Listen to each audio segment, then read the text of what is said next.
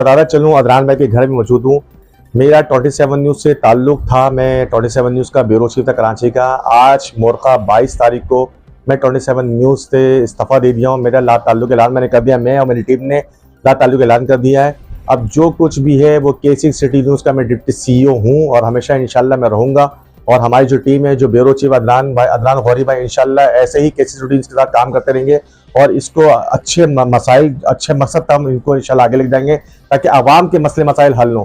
सहाफ़त का ये काम नहीं है कि लोगों को ब्लैकमेलिंग करना या लोगों के साथ जाके एक हफ्तावार लेना। सहाफ़त का काम है, मुक़द्दस शोबा ये सहाफ़त है, ये इसका मैं काम है लोगों की आवाज़ उठाना और ऐवानों तक पहुँचाना ताकि लोगों के मसले मसाइल हल हो सकें। आजकल आपको पता है दीगर जगह में कितने लोग ये मसले मसाइल हैं, कोई सुनने वाला नहीं, कोई पूछने वाला नहीं। हर जगह लोग जाकर अपनी फरियाद लेकर दर दर की ठोकरें खाते हैं।